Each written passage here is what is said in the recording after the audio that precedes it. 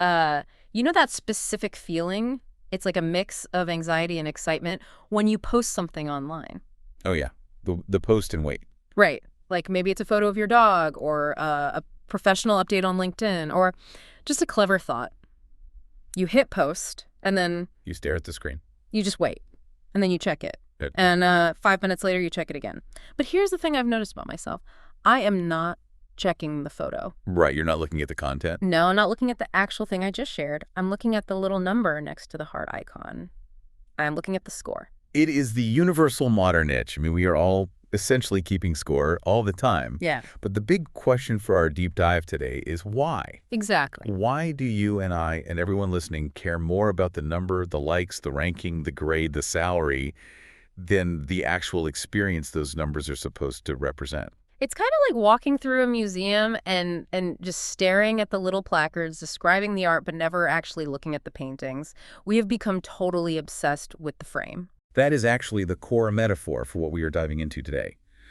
The tension between the picture, which is the art, the life, the actual meaning, and the frame, which is the packaging, the stats, the periphery. And to figure out why we are so obsessed with the frame, we have pulled together a massive stack of research for this deep dive. It's a really diverse stack, too. Yeah, we're looking at neuroscience from Robert Sapolsky's book Behave, the sociology of gambling from a pretty terrifying book called Addiction by Design. Very eye-opening, that one. Oh, absolutely. Plus some deep analysis on status games and scathing critiques of how we measure success from the tyranny of metrics and the culture of narcissism. So the mission today is to impartially uncover why our brains are wired to count things, how modern design from casinos to apps exploits that wiring, and ultimately what we lose when we mistake the map for the territory. So let's unpack this, because I think most people assume you chase these numbers because it just feels good to win. You get a like, you feel happy, simple, right? You would think so. It feels totally intuitive. Yeah.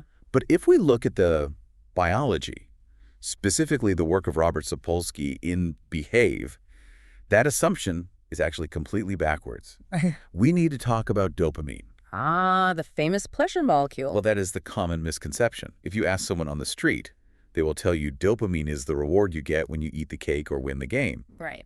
But Sapolsky points out that dopamine isn't about the reward itself. It is about anticipation. Anticipation. Yeah, it is the fuel that gets you to do the work, not the feeling you get when you finish. So it's the craving, not the satisfaction. Exactly. Yes. Scientists call it the reward prediction error. And there is a specific study involving monkeys that explains this perfectly. And frankly, it explains why you keep refreshing your email even when you know nothing is there. Okay, walk me through the monkey study. I feel like this is going to be very relatable. So researchers trained monkeys to expect a reward, a raisin in this case, after a specific signal, like a light coming on. The sequence was simple. Light comes on, monkey presses a lever, monkey gets a raisin. Simple enough, work, reward. Right. And they measured exactly when the dopamine spiked in the monkey's brain. Now, logic suggests the dopamine should spike when they get the raisin, the reward. Because they're eating it. Right. But it didn't. The spike happened the exact second the light came on. Whoa. So the brain is lighting up just at the possibility of the reward. Precisely. The dopamine is saying, ooh, something Yeah. is coming. Get ready. Do the work. But here is where it gets really interesting and where it explains our modern lives. They tweaked the experiment. What did they do? Instead of giving the raisin 100% of the time, they changed it to a 50% chance. So the light comes on, you press the lever, and maybe you get a raisin, maybe you don't. Correct. Now, if you think about it logically, the monkeys are getting less food overall. So you would expect the dopamine levels to drop, right? Yeah, that would make sense. Less reward, less excitement. But the opposite happened. The dopamine levels absolutely exploded. They went through the roof, basically doubled compared to the 100% reward scenario. Wait, so uncertainty actually increases the chemical drive? Nothing drives the brain harder than the uncertainty of maybe. That biological maybe is the engine of obsession. Wow. If you know you're going to get the reward, you take it for granted. But if there's a chance you might not, you become hypervigilant, you keep checking. That is literally a push notification. Exactly. It's a light coming on your phone. It might be a DM from your crush, or it might be a spam email from LinkedIn. You don't know until you press the lever. And that maybe is what keeps the species alive. Okay. If you are a hunter-gatherer, you have to be motivated to look under the rock for food, even if there usually isn't any. That dopamine spike is nature's way of saying, keep checking, don't stop. So we have this powerful engine of uncertainty built into us. But it's not just about the random reward, is it? We are also looking for where we stand. Right, we aren't just isolated monkeys hitting levers. We are social mammals. And this brings in the insights from the status gains research. We have a mammal brain that is constantly scanning for our position in the hierarchy. This is where serotonin comes in, right? Yes. While dopamine is about the pursuit, serotonin is often the chemical reward for feeling one-up or superior. It's the feeling of social importance. The source material uses the analogy of the high school cafeteria to explain this. Oh, God. The hierarchy made visible.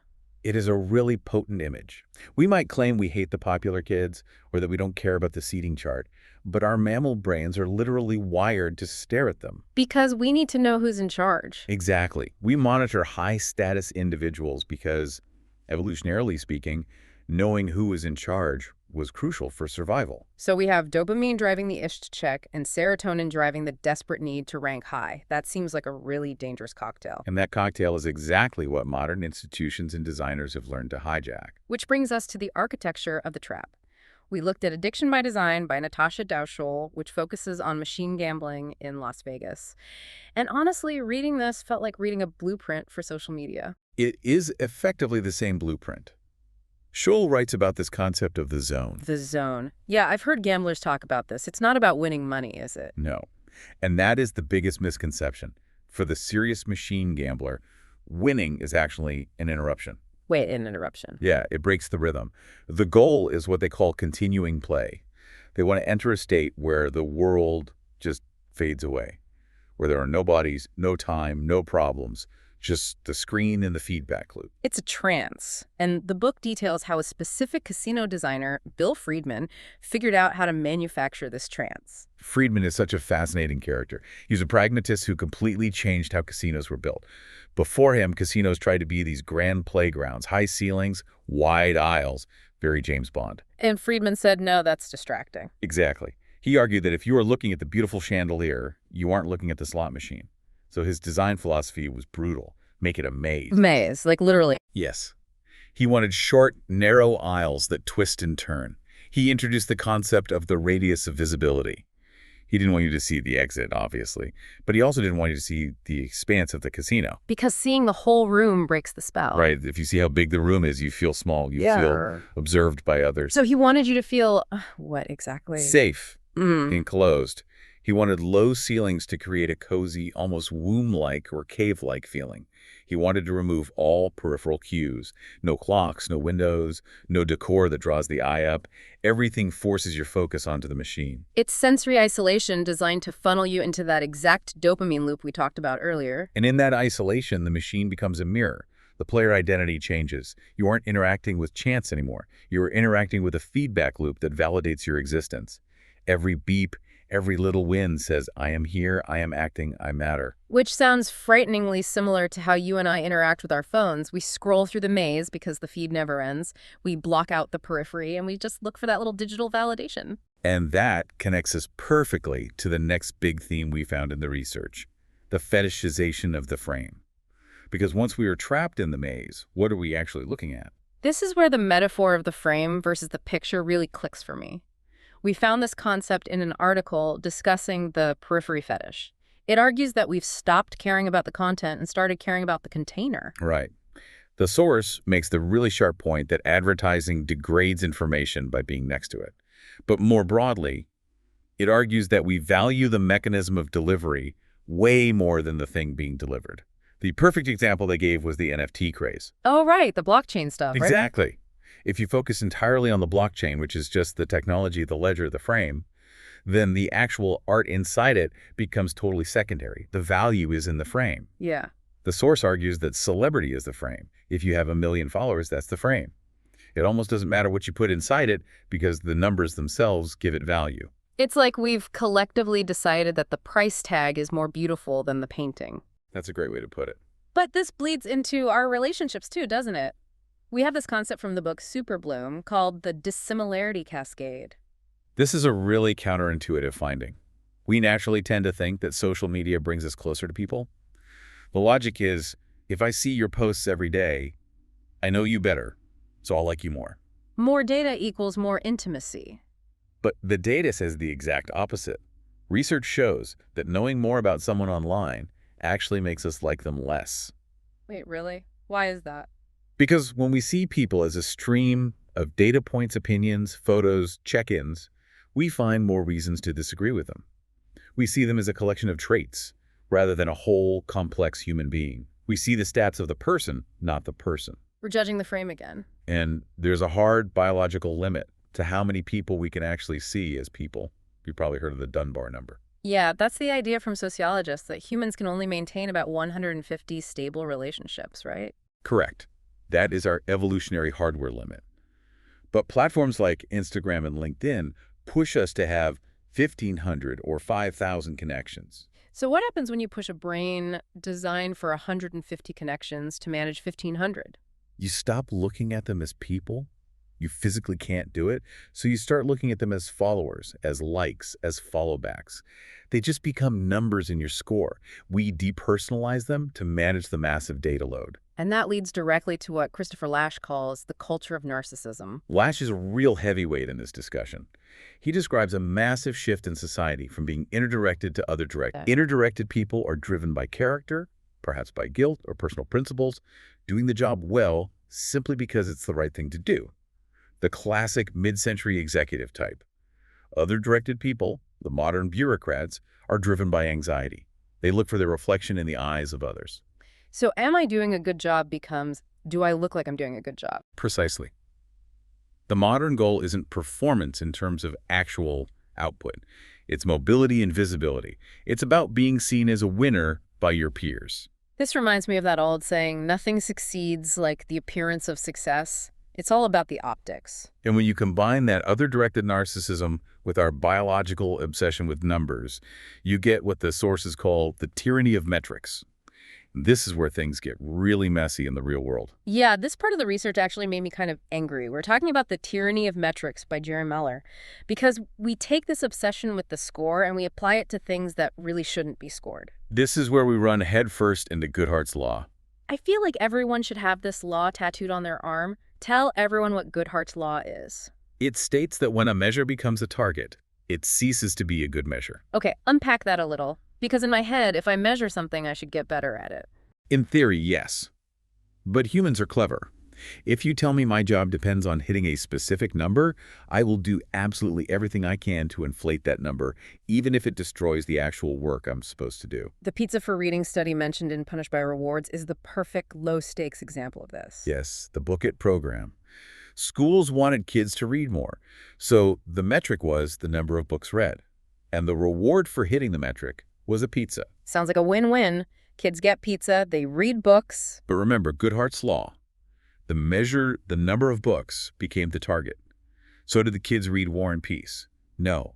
They picked the shortest, simplest books possible to get the pizza faster. They just gamed the system. They did. And worse, their intrinsic motivation evaporated completely. They stopped seeing reading as a joy and started seeing it as a hurdle to jump over to get a snack.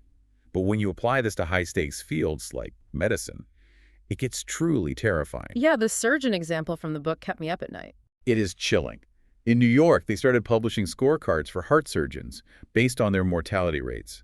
The idea was transparency helped patients pick the best doctor. Which sounds totally reasonable. I want the doctor with the highest success score. But think about how a surgeon gets a high score.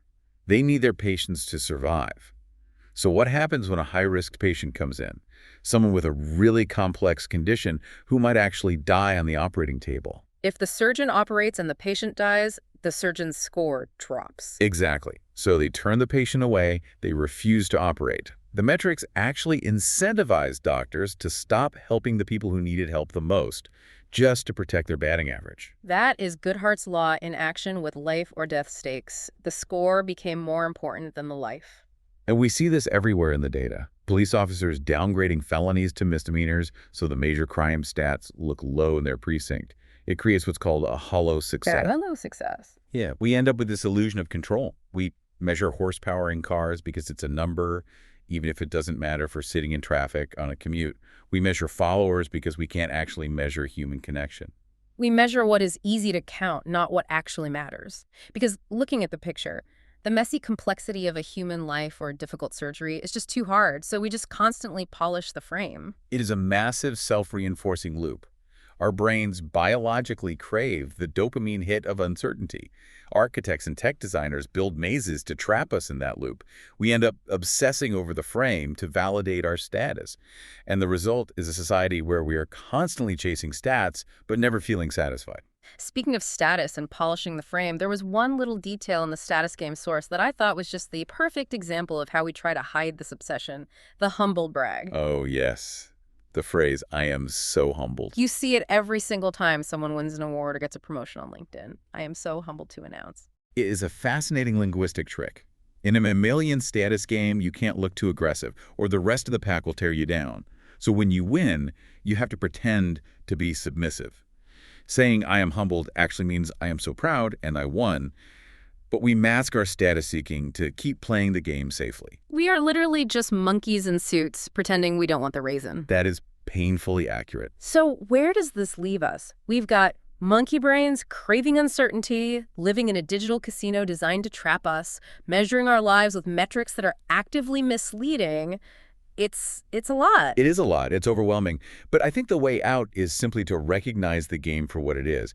The source from Robin Black in The Quantified Self really stuck with me on this point. She talks about reclaiming the ambiguous part of our intelligence. The ambiguous part. The part that cannot be measured. The part that knows a book is good, not because it sold 1 million copies on a bestseller list, but because it made you cry. The part that knows a friend is valuable, not because they have a blue check mark, but because they actually showed up when you were sad. It's about trusting your gut over the spreadsheet. It is. Because if you only value what can be counted, you are letting the frame dictate the picture. You are letting the casino design your life. So what's the move for the listener? Do we just delete all the apps? I think the provocative thought I want to leave everyone with is this. In a world that is constantly demanding you optimize everything, your sleep score, your career trajectory, your social reach, the most rebellious thing you can possibly do is to be intentionally inefficient. Waste time. Waste time on things that matter. Do something that has 0 return on investment, 0 likes, and 0 visibility. Read a book and don't post a review of it. Go for a run and leave your smartwatch at home. Stop counting. Wow. Because if we stop counting, maybe that is the only way to prove to ourselves that we are still the ones holding the controller. That's how you actually start living instead of just scoring. I absolutely love that. Be inefficient, focus on the picture, and ignore the frame. Exactly.